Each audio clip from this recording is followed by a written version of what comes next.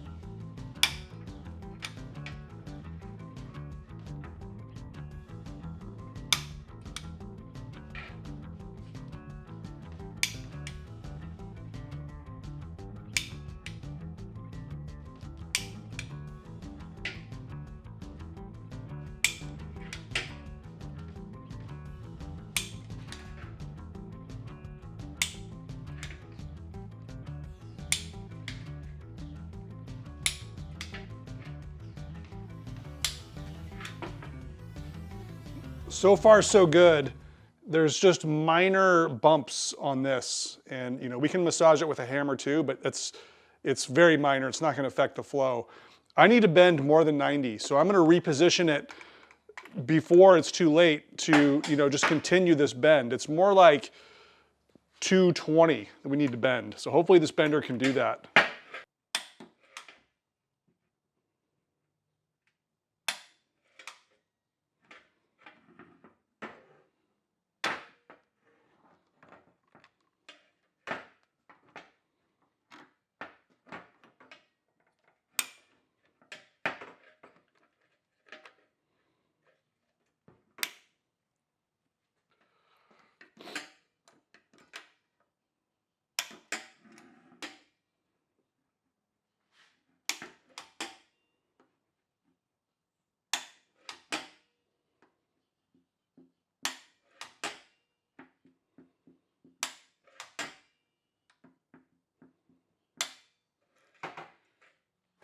Now I am afraid of this running into itself, so I need it to bend up over the top of the bender.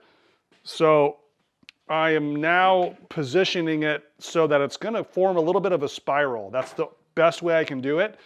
Plus in the car, it needs to have that spiral shape anyways.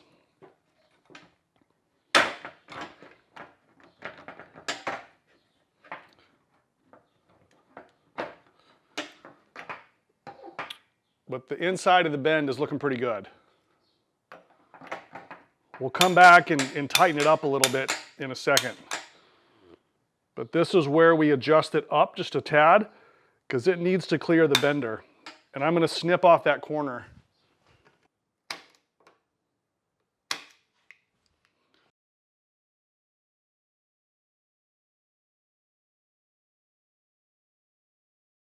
Oops, I accidentally tore the back off. This caught on the edge of my table and ripped it off, so we need to fix that. Just packing that down as tight as we can get it. That's what avoids the wrinkles. This is just plumbing solder, and it had pretty good attachment except for this one little section right here. I think that's why it came loose.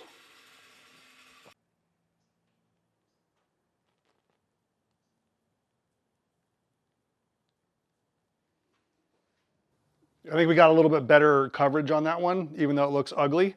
Let's keep bending. This is my template of what we need. That's the radius.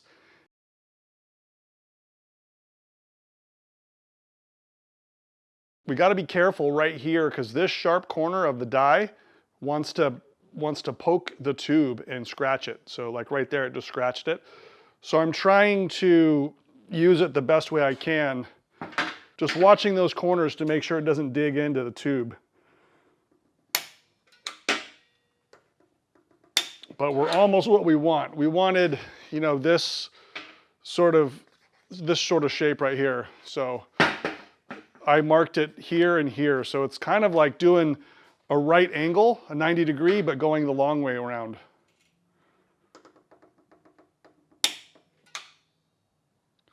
And we did get some wrinkles right here. We may have to pressurize this and maybe pound those out. It's not the end of the world, but that did happen.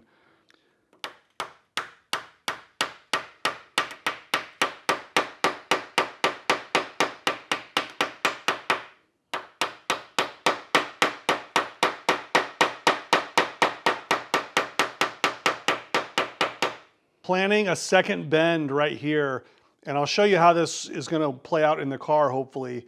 It's unlikely this part is going to work the first time.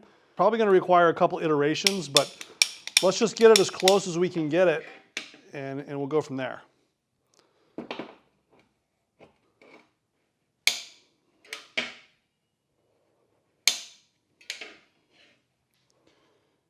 So this is what I'm doing so far. This is, you know, looks like a musical instrument kind of, a little bit like the trombone. But let me show you on the car what this is going to do. It'll be a little hard to hold the camera and hold this tube at the same time, but this leg is going to go straight into that fitting. This will have a flare on it. AN flares are easy to use. So this loop goes up against the body like that, and then it goes kind of in front of this suspension mount over into this area. From this area, we can intersect it or connect it to this trombone system. It's about the same height as the oil cooler, and it's no different than these lines on this part of the car. You know, they hang down into the open air too. They're visible from outside the car. So this has it tucked as high as I can get it without, you know, going through a very restrictive fitting. They do make banjo fittings that you can put on here, but they're highly restrictive. It's just not something I want to run. So I think this looping thing is probably going to flow better and increase the cooling and increase the oil capacity. So this is what I'm doing as a creative solution.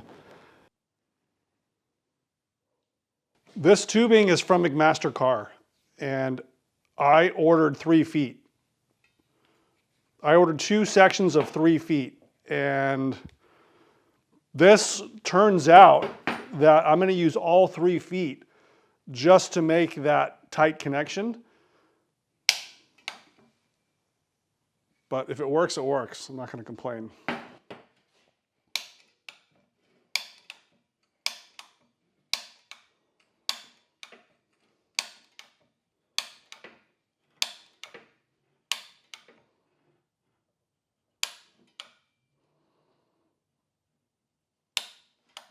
So that was just a very straightforward 90-degree bend.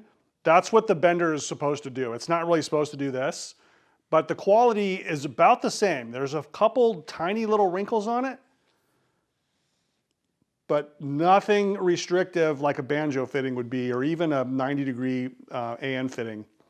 Okay, I take back what I said. This is actually a keeper. I'm going to flare the ends and put it on the car, but it fits pretty well. But yeah, let's get all the lead and sand out and then flare the ends.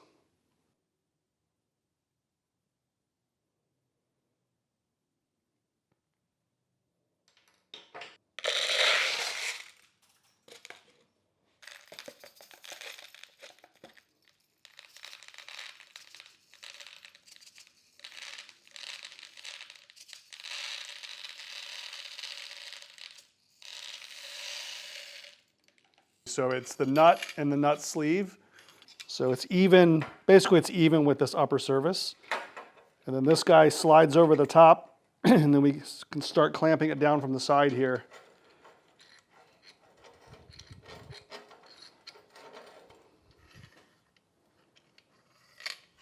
Make sure it's centered, yep.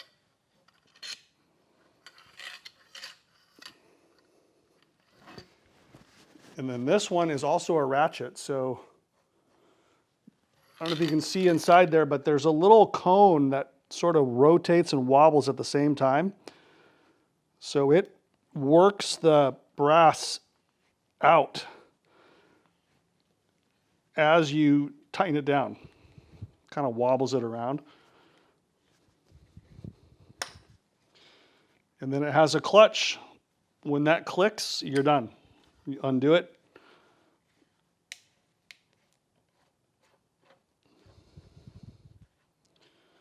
Retract this all the way.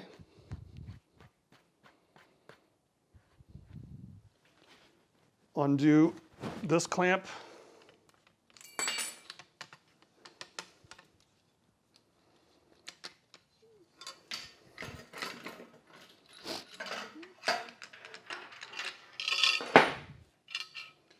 And so now this has the correct flare on it.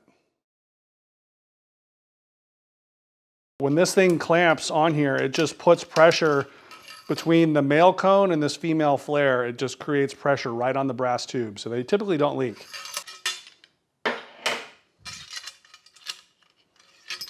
Just like that, we have both ends sorted. So now we can connect. This side will go to the oil lines back to the engine.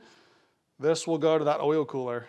You can barely see it poking through there, but this is what we got. This is now just finger tight. This needs to get tightened up here. It's got an O-ring boss to it, but that is, I think, the highest flow option. It doesn't obstruct the air that comes out this way. In fact, it's going to get maybe a little bit more cooling. It's well above this part which bottoms out. So it's well above the gas tank even. So I don't think there's an issue with it hitting bottom. And then it wraps around the chassis, heads straight up to this trombone cooler. So probably what I'll do is sacrifice the trombone cooler.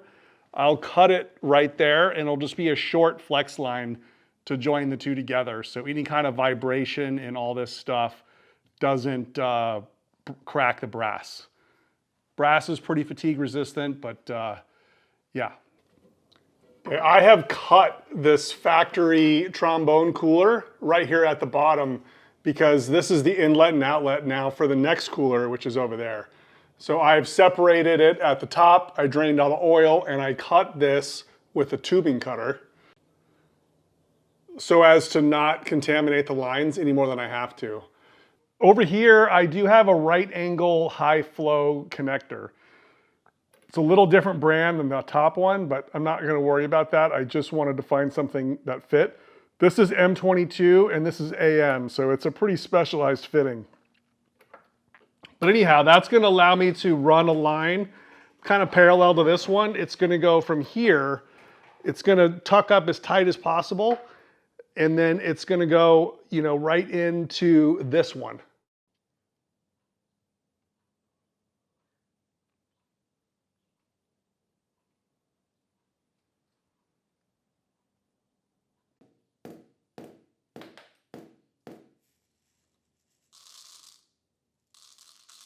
Okay, so I'm bending the second line now. Now this one is just copper, this is house copper. It's completely mangled because I've bent it and unbent it a couple different times, but this is the rough shape of what I'm trying to do on the second line. So this will be hopefully straightforward. Fingers crossed. I'm gonna start on this end. It's just a real slight bend.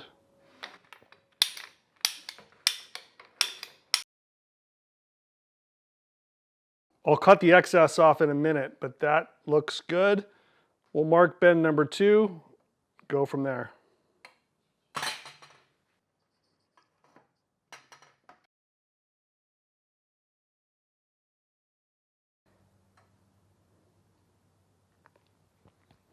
And this is the bend that I had all wrong. I had to twist it and stretch it. So I'm gonna mark this one the best I can. This one, instead of being all on the same plane, it actually goes down into the table, which is important to go into the fender at the right angle to meet up with that trombone.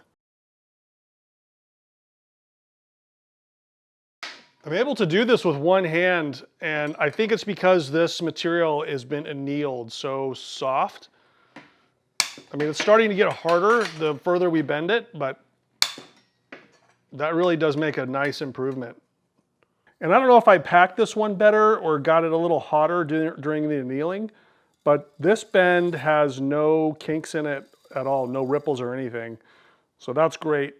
Didn't bend it as far as I bent the other one, but this tube came out a little bit nicer.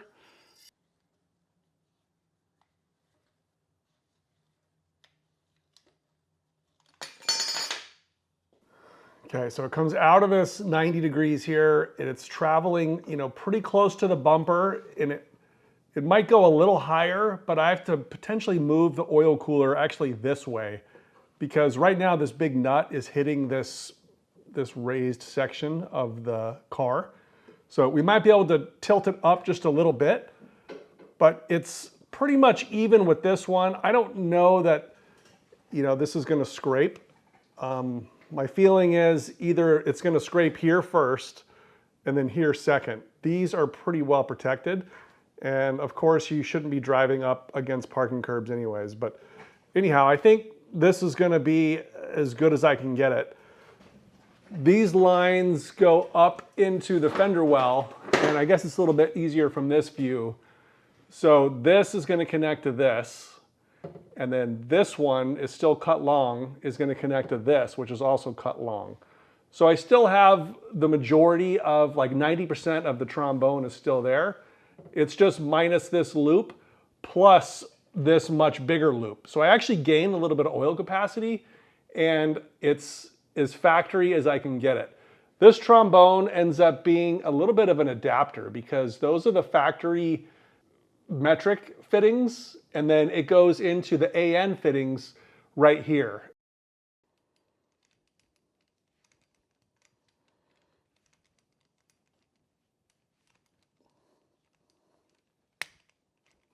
I'm working on this circular piece again, and I'm trying to kind of clean up some of the bends. And to do it this time, what I've done is I have this method of putting air pressure in the lines. So there's about 70 PSI going into this Schrader valve right here. This is an old oil line. I've used this setup to fix the crushed oil lines that go under the rocker, but I'm using it here to just pressurize the tube, and I've heated it to like a dull red once again with the torch. I had the lights out when I was doing that, so I didn't film it, but I got it red hot or light red.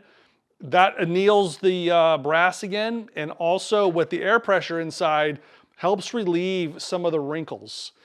And now I'm gonna go back with the bending die and just tune up the radius because it's a little bit uneven.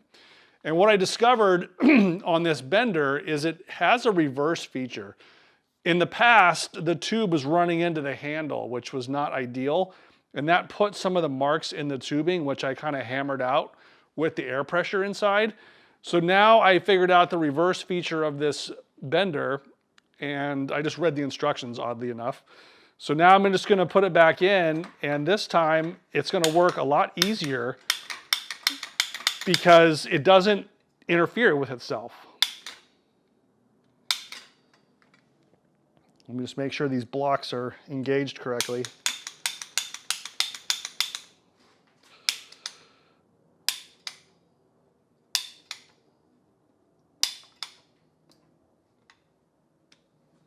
Yeah, so that's really nice. So I'm just gonna rotate it around in the dies a couple times to straighten out the bends and make it as good as I can get it.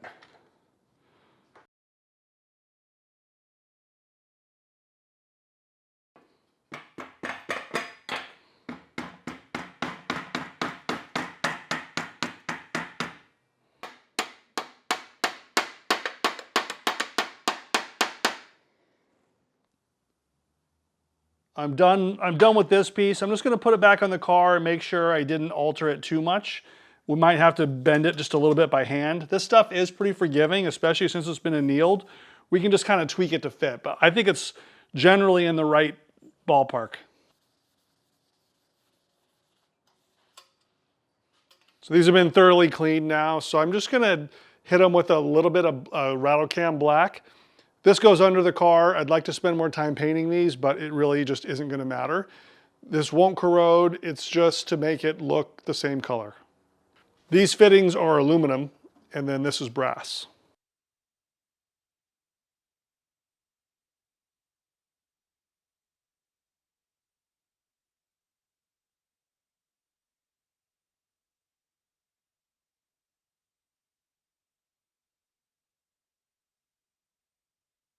I was able to manipulate the oil cooler over so that this is a much more tucked up line. It's now much higher than even this one is.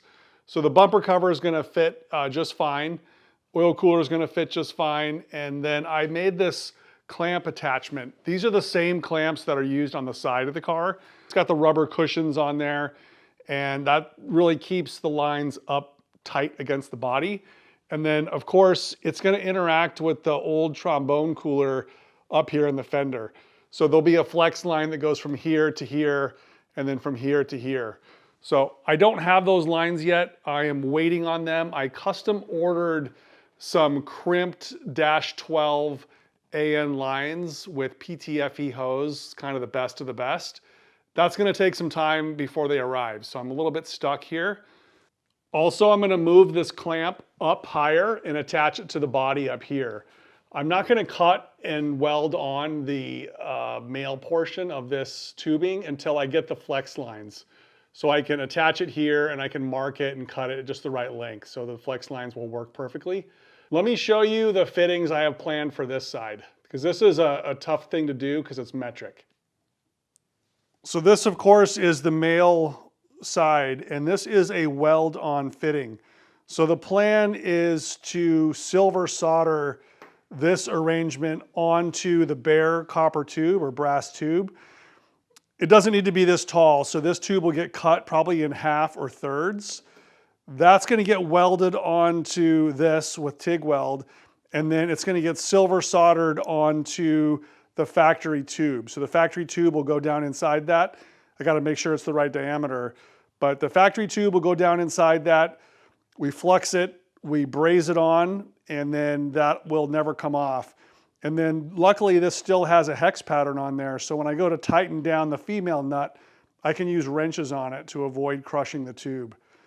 Today's progress is a big sigh of relief because this headache of plumbing has been bothering me for some time. Luckily, I didn't have to cut the car or the cooler. I just made that creative plumbing, which in my personal opinion and scientific opinion, it's actually much better than going with some real restrictive banjo type fittings. It is 100% gonna flow well and gives me a little extra oil capacity. Can't wait to do a big drive, and that's coming up real soon. So thanks again for watching, guys. Big accomplishment for me today, and this car just keeps getting better. So cheers, and we'll see you next week.